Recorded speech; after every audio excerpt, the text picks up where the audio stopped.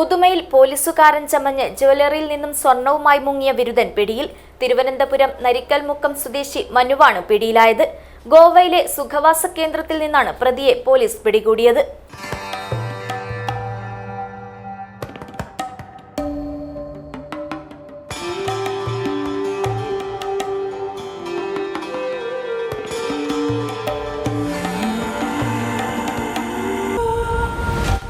Shopika Weddings, the bridal legacy.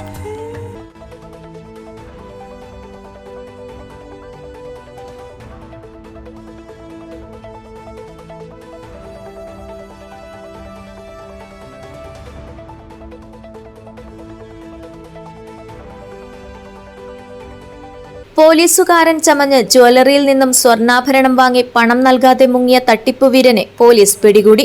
Varkala സ്വദേശി മനുവാണ് പിടിയിലായത്. ഗോവയിലെ ഒരു സുഖവാസ കേന്ദ്രത്തിൽ വച്ചാണ് ഇയാളെ ബേക്കൽ പോലീസ് പിടികൂടിയത്.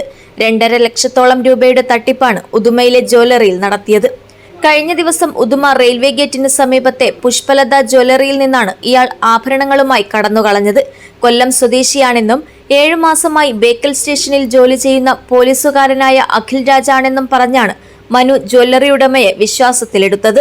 തുടർന്ന് 2 തവണയായാണ് ആഭരണങ്ങൾ വാങ്ങിയത്.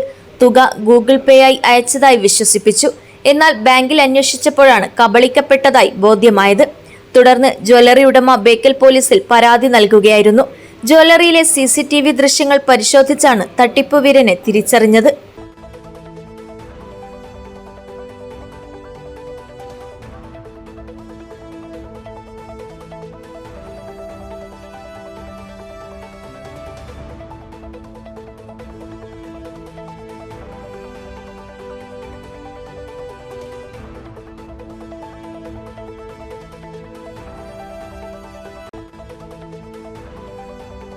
പ്രതിക്കെതിരെ കണ്ണൂർ, കാസർഗോഡ്, എറണാകുളം ജില്ലകളിലായി സമാന രീതിയിലുള്ള 10ഓളം കേസുകൾ നിലവിലുണ്ട്.